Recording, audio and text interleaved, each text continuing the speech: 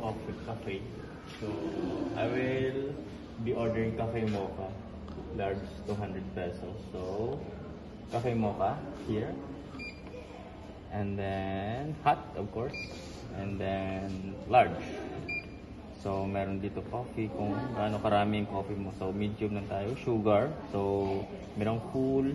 Dito tayo sa 25%. 50 and 100. Creamy. Wag na yan. Okay na yan. So, Coke. Mahog na lang siguro.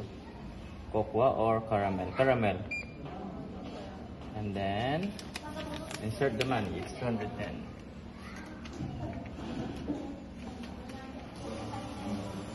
210 yen. So I inserted 1,000 yen. Then I changed ko na 790. And then this is seconds. Nagpe-prepare na siya. So 70 seconds. Change. Good. Hintayin lang natin 69 seconds ayun, no?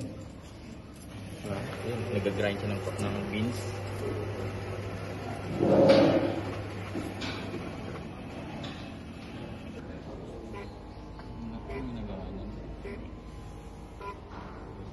What is your seconds to go?